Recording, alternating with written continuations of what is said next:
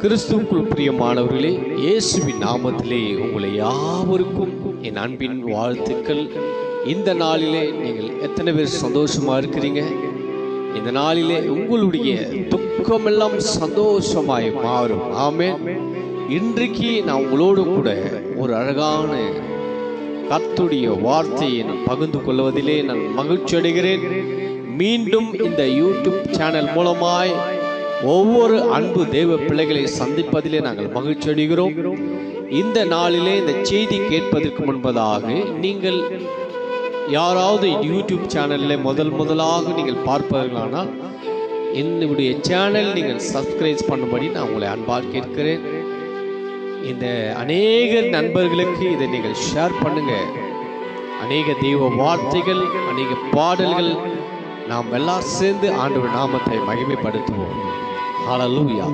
இன்றைக்கு நான் உங்களோடு கூட பகிர்ந்து கொள்ளுகிற தேவனுடைய செய்தியானது என் போதகத்தை மறவாதே. ஆண்டவர் இன்னைக்கு நம்மளை பார்த்து இந்த செய்தி மூலமாக ஆண்டவர் நம்மோடு பேச போகிறார். இந்த செய்தி நீ கவனமாய் கேட்கும்படி உங்களை அன்பாக கேட்கிறேன். வாருங்கள் இப்பொழுது கர்த்தருடைய வார்த்தை கேட்போம்.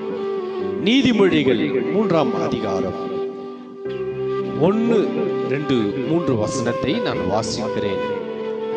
என் மகனே, என் போதகத்தை மறவாதே, உன் இதயம் என் கட்டளைகளை காக்க கடவது.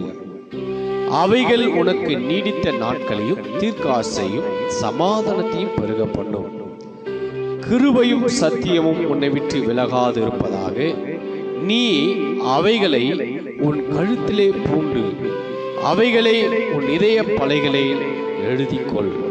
ஹல்லேலூயா. தேவ பிள்ளைகளே, இன்றைக்கு ஆண்டவர் இந்த வார்த்தை மூலமாக என்ன சொல்ல விரும்புகிறார்? இந்த கொடிய காலத்திலே, கடைசி காலத்திலே இருப்பதை நாம் எல்லாரும் அறிந்து கொள்ளுகிறோம்.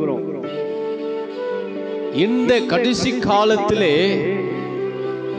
ஆண்டவர் நமக்கு கற்றுக் கொடுக்கிற ஒரு வார்த்தை, என் மகனே, என் மகளே, என் போதகத்தை மறவாதே என்று ஆண்டவர் சொல்லுகிறார்.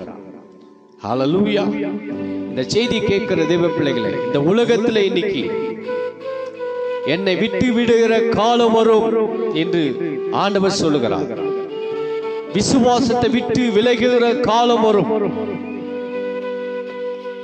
இந்த கடைசி காலத்திலே ஆண்டவர் இதைத்தான் சொல்லுகிறார், என் போதகத்தை நீ மறவாதே. இன்னைக்கு தேவ பிள்ளைகள் ஆண்டவருடைய போதகத்தை இன்னைக்கு மறந்து போயிருக்கிறார்கள். ஜெபம் மறந்து போகிறது, வேதம் மறந்து போகிறது, ஆண்டவர் விட்டு தூரம் போகிற சூழ்நிலை உண்டாகிறது. ஆனாலும் இன்றைக்கு அப்படிப்பட்ட காலகட்டத்திலே நாம் வாழுகிற நீ நானும் ஆண்டவர் இன்னைக்கு நம்மளை பார்த்து சொல்லுகிறார், என் போதகத்தை நீ மறவாதே. ஆண்டவருடைய போதகம் என்று சொன்ன அவருடைய வார்த்தை, அவருடைய வார்த்தையை நீ மறக்காதபடி உன் இருதய கட்டளைகளில் காக்க கடவது. அப்படின்னா உன் இருதயத்தில் நீங்கள் அந்த வார்த்தைகளை நீங்கள் காத்து கொள்ள வேண்டும். சபையிலே தேவ ஊழியக்காரர்கள் பிரசங்கிக்கும் பொழுது அந்த வார்த்தைகளை நீங்கள் இருதயத்திலே காத்து கொள்ள வேண்டும். அந்த வார்த்தைகளை நீங்கள் விசுவாசிக்க வேண்டும். அந்த வார்த்தைகளை நீங்கள் நம்ப வேண்டும். அப்படி நீங்கள் செய்யும் பொழுது அவைகள் உங்களுக்கு என்ன செய்கிறதாம்? அது நீடித்த நாட்களையும் தீர்க்காசையும் சமாதானத்தையும் அது உங்களுக்கு பெருக பண்ணும். என் அன்பு தெய்வ பிள்ளைகளே, முதலாவது ஆண்டவர் சொல்லுகிறார், என் போதகத்தை மறவாதே, உன் இருதய பலகையிலே எழுதிக்கொள். அப்படின்னா உன் இருதயத்தின் இருதயத்திலே அந்த வார்த்தைகளை நீங்கள் எழுதி கொள்ளுங்கள், அதை பதித்துக் கொள்ளுங்கள். அதனாலே உங்களுக்கு என்ன நடக்கிறதுன்னா, நீங்கள் தீர்க்காயுசு, அப்படின்னா உங்க வாழ்க்கையில நாட்கள் தீர்க்காயுசையும் உங்களுக்கு சமாதானத்தையும் பெருக பண்ணும். எப்பொழுது ஆண்டவருடைய வார்த்தை உங்க இருதயத்திலே நீங்கள் பதிக்கும் பொழுது, அந்த வார்த்தையை நீங்கள் காத்து கொள்ளும் பொழுது, உங்க வாழ்க்கையில நீடித்த நாட்களையும் தீர்க்காயுசையும் அது சமாதானத்தையும் பெருக பண்ணுமா? ஒரு அலையிலே சொல்லுவோம், ஹல்லேலூயா. இன்னைக்கு ஆண்டவருடைய வார்த்தையை நாம் மறந்து போகிறோம். ஆண்டவருடைய வார்த்தை விட்டு நாம் தூரம் போகிறோம். அதனாலே நமக்கு வருகிற விளைவுகள் அதிகமாயிருக்கும்.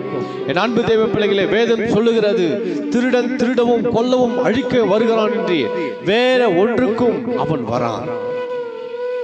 திருடன் அழிக்கதான் வருவான். ஆனா இயேசு ஜீவனை கொடுக்கும்படி உங்களை பரிபூரணமாய் விடுதலையாக்கும்படி கல்வாரி சிலுவையிலே உனக்காக எனக்காகவும் அவர் ரத்தம் சிந்தி நம்மளை மீட்டெடுத்தார். என் அன்பு தேவ பிள்ளைகளே, ஆண்டவருடைய போதகத்தை நீங்கள் மறக்காதீங்க. ஹல்லேலூயா. அப்ப முதலாவது ஆண்டவருடைய போதகத்தை நாம் மறக்க கூடாது. ஆமென். அதை உன் இருதயத்திலே காத்துக் கொள்ளும் பொழுது உனக்கு தீர்க்காயுசும் சமாதானமும் ஆண்டவர் உங்களுக்கு பெருக பண்ணுவார். ஹல்லேலூயா, ஹல்லேலூயா, ஆமென். அதனாலே நீ தேவனுடைய பார்வையிலே, 4வது வசனம் பாருங்க, அதனால தேவனுடைய பார்வையிலே நீ மனுஷனுடைய பார்வையிலும் தயவும் நற்புத்தியும் பெறுவாய். உனக்கு அதனாலே ஆண்டவர் சொல்லுகிற பாருங்க, தயவு கிடைக்கும். மனுஷனுடைய பார்வையிலே தயவு கிடைக்கும், நற்புத்தி பெறுவாய் என்று கர்த்தர் சொல்கிறார். ஹல்லேலூயா. எப்போது தெரியுமா?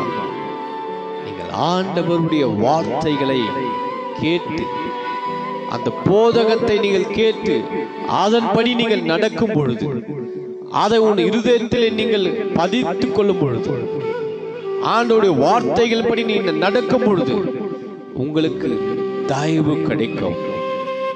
ஆமென். ஆண்டவருடைய சமாதானம் உனக்கு கிடைக்கும், தீர்க்க ஆயுசு உனக்கு உண்டாகும். எப்பொழுது ஆண்டவருடைய போதகத்தை நீங்கள் ஏற்றுக்கொள்ளும் பொழுது. ஹல்லேலூயா. பேதுருவை சந்திக்கும் பொழுது அந்த கெனசரேத் என்ற கடல் அருகிலே அவருடைய வார்த்தையை கேட்பதற்கு ஜனங்கள் அங்கே சூழ்ந்திருந்தார்கள். அவருடைய வார்த்தை கேட்பதற்கு நெருங்கி வந்தார்கள். அதைத்தான் இன்னைக்கு நான் உங்களுக்கு சொல்லுகிறேன். ஆண்டவருடைய வார்த்தையை நீங்கள் கேட்பதற்கு தீவிரமாய் செயல்படுங்கள். இது கர்த்தருடைய வருகையின் காலம். ஆண்டவர் மனுஷனை வார்த்தைகளை மூலமாய் தான் நியாயம் தீர்ப்பார். என் வசனமே நியாயம் தீர்க்கும். அதனால தேவனுடைய போதகத்தை நாம் மறக்காதீங்க. அவருடைய வார்த்தை நீங்கள் இருதயத்துக்குள், உங்கள் இருதயத்தில் நீங்கள் காத்துக்கொள்ளும் பொழுது அதனாலே உங்களுக்கு தயவு உண்டாகும், தீர்க்காயுசு உண்டாகும், சமாதானம் உங்களுக்கு பெருக பண்ணும். ஹல்லேலூயா.